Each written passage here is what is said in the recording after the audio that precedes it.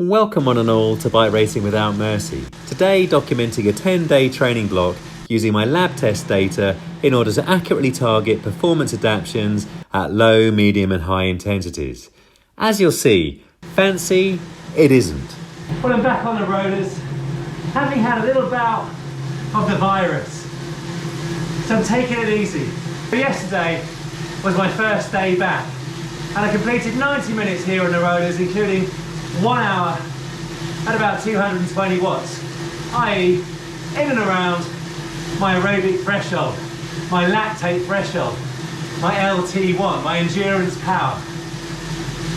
And this morning, looking to double that with 2 times 1 hour at about 220 watts. Endurance gains is on my mind. Also, you can see that I'm riding on the drops, trying to get better at riding in an aero position in order to get more speed.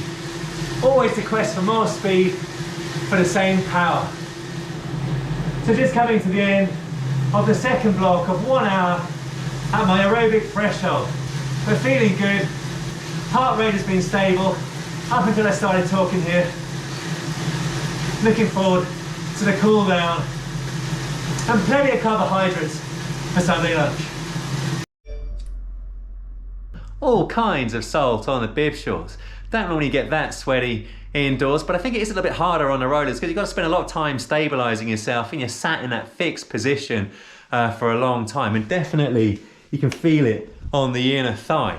Anyway, I'm super relieved that all my base level fitness hasn't deserted me during a time off the bike as a result of the virus. Pretty happy overall, deliberately targeting yesterday an hour at sub-aerobic threshold and today 2 blocks of an hour at sub-aerobic threshold in order to avoid putting too much stress on the cardiovascular system. Overall, you can see here, just under 2.5 hours of riding, average power 215. The first block of 60 minutes was 225 watts. Second block was 222 watts. Plenty of TSS. Loads of calories burned. There we go. But also, dear, oh dear, oh dear. Always hunting down that left-right balance of 50-50. So a little bit more work to do there on the pedaling technique. But as I say, it's been a while since I've been on the rollers. About, I think, not since October. Definitely recommend the rollers just for dialing in that pedaling technique and getting in the big blocks of power. Anyway, on now for a nice little Sunday carb up. Well, spring has well and truly sprung. So here I am back at London's premier turbo trainer, the Olympic Velo Circuit, for my first structured training since recovering from the virus. Yesterday was a nice day on the rollers, about an hour at 240 watts, the legs felt good, the heart rate was nice and controlled, therefore I decided to venture outside for 90 minutes tempo at around about 240 watts, so just above my aerobic threshold. But also within that, I had 2 blocks of 20 minutes where it was a tempo with surges. There's about a 20-25 second surge just up this little area here, over the bridge and to the hairpin at the end, where I surged real hard, around about 400 to 425 watts on average. There's about 15-16 laps because we're on a shortened course here. Therefore, a lot of VO2 Max surges, we're super high-end VO2 Max, and then recovering at a fast pace. Proper challenging it was, but felt good. The heart rate was recovering nicely. Also, I ate more carbs before the training, plenty of carbs during, and still feel like I got plenty of energy. But time is short, therefore I've got to get the bike clean and back home and crack on. Well, after Wednesday's little visit to the Velo Circuit and a day off the bike yesterday, plus a strength training, my first visit back to the gym in quite some time, really enjoyed it. This morning I just wanted to spin out the legs at a nice pace. My aerobic threshold, my LT1 or my VT1. So you may well remember from the recent video where we dialed in my aerobic threshold with Adam at Oxford University at around about 225 watts on the lab bike. I also demonstrated that the power reading through the pedals on my own Aerobics that had been correctly calibrated was reading about 10 watts lower.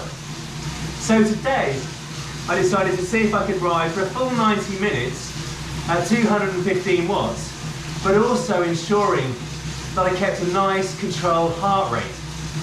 So at the start of the 90-minute block, the heart rate was 135 beats per minute after a nice 10-minute warm-up. So I said to myself, if I can keep it below 145, that must be roughly where my LT1, my VT1, my aerobic threshold lies in terms of the power through the Aerobics. So I rode the full 90 minutes. I averaged, as it happens, 215 watts, more by luck than judgment, and indeed was just about able to control the heart rate at below 145. It took quite a lot of controlled breathing, deep breaths in through the mouth and the nose, and big breaths out through the mouth in order to do that in the final 20 minutes. But nonetheless, I feel therefore pretty confident that when riding outside on the Video or the Camargo, if I stay at or below 215 watts, then that's below my aerobic threshold. Anyway, today was a fasted training, time to carb up and get on with work. And look at this, joy of joys, the unexpected pleasures in life. Here we go, the training, 1 hour 40, average power including the warm-up 213, but look at this. Left 50, right 50, the holy grail. I'm on my 5th ascent of the reverse KOM at Innsbruck, 100% trainer difficulty. And this is something I like to do ahead of going out for a tough ride in real life, in the real countryside. Next weekend is Nick Brownbill's Giro de Wales.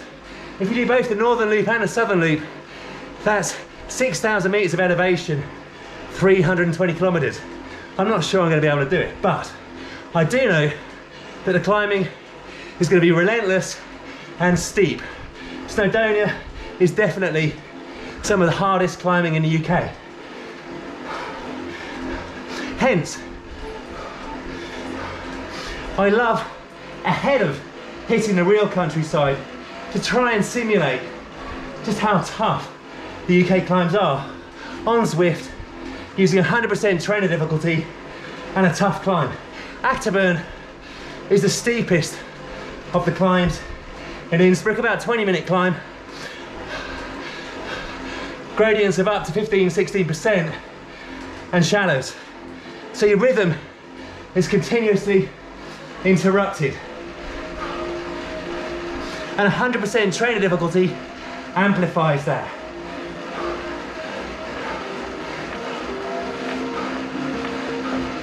You've got to get in and out the saddle. For me, around about 12% out the saddle.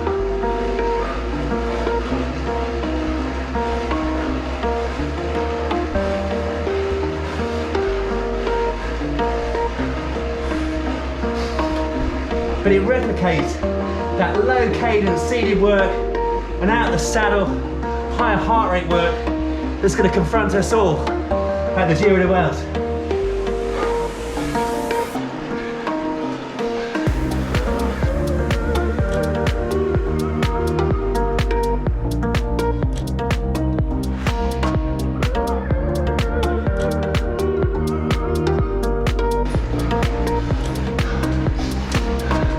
Feeling quite fatigued now, but this is nothing on what next weekend is going to be like. So I keep reminding myself, just keep going, enjoy it. Nick Brownbill, you've got a fiendish mind, sir. I salute you. I won't be on Saturday.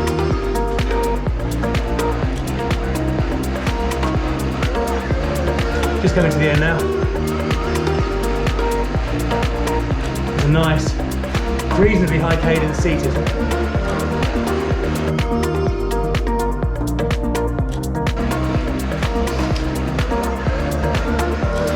Back down, spin out the legs, call it a day there. Another big training day tomorrow. And yes, it is indeed a lovely weekend this weekend. Sun is out, and you may well ask, rightly so, why not cycle outdoors and enjoy the weather? Trouble is, here in London, the pollution is very high right now. I'm not sure why it's so high. But but also I just don't have access to a climb that's going to do what I need in terms of even half preparing me for what's to come on Saturday. Hence, Zwift it is, repetitive, boring it is, but I'm hoping it'll make next Saturday just that little bit easier. And voila, a pretty graph. The first climb, a nice warm up in and out of the saddle, just gradually ramping the power. Second climb was my full gas climb. I wanted to drain the tank a little bit, go into some of those anaerobic energy reserves, especially towards the end there where you see a little bit of VO2 Max action, just drain the W prime a little bit, carved up a bit, then a nice control climb, but all of it out of the saddle, just focusing on the technique, trying to get every last ounce of watts out of each pedal stroke, and then fully seated and really grinding a super low cadence for the fourth climb, and then an enjoyable final climb to tell you what I was up to, and for me enjoyable is in and out the saddle. Back in the gym, some would say boring, I would say consistent, greasing the groove with the biggest bang for your buck exercise there is, the deadlift, perfect for building strength and power through the glutes, the hamstrings, the core, a bit of quads and general all body strength, plus great for flexibility. Therefore, perfect for the cyclist, whether you're in the saddle or out, looking to stop well short of muscle failure or form breaking down.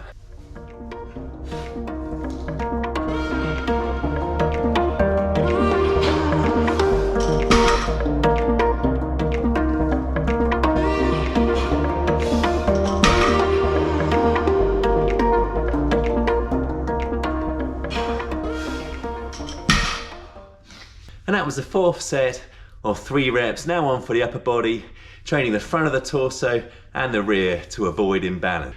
Well, we're just coming into the glorious spring and summer peak cycling season. The events are very much on the horizon and cycling is the main effort. Therefore, here in the gym, the emphasis has to be on maintenance. Maintenance of strength, maintenance of good movement patterns, and maintenance of muscle. And indeed, as the kilometers are coming up on the bike, likely, like me, your weight is probably coming down a little bit. And therefore, in all honesty, the amount of weight shifted here in the gym is likely to come down a little bit, but fear not. By persisting, greasing the groove, going nowhere near muscle failure, you're going to be able to preserve as much strength and muscle as possible. And that's going to continue to be accretive to the bike throughout the course of the spring and the summer. Here, for the strict pull-up, aiming for 5 reps here with 10 kilograms added.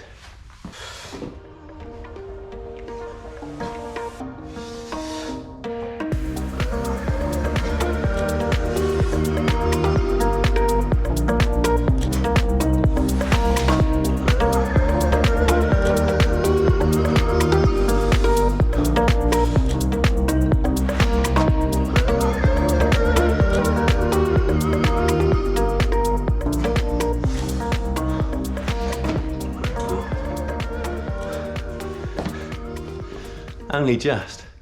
I guess back in January, December, it was 5 reps with 15 added. That was my max. We're working the front of the torso as well as the rear in order to avoid imbalance, promote good posture, and ultimately avoid injury.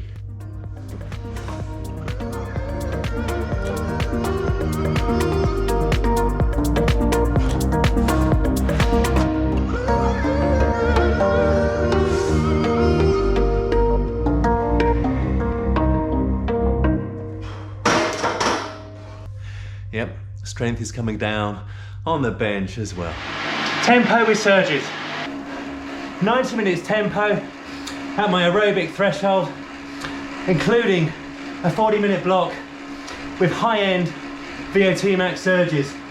Just coming to the 10th and final surge, properly difficult, but the quality's been decent.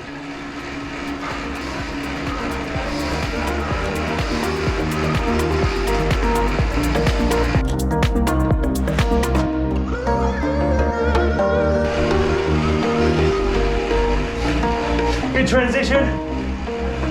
Here you go.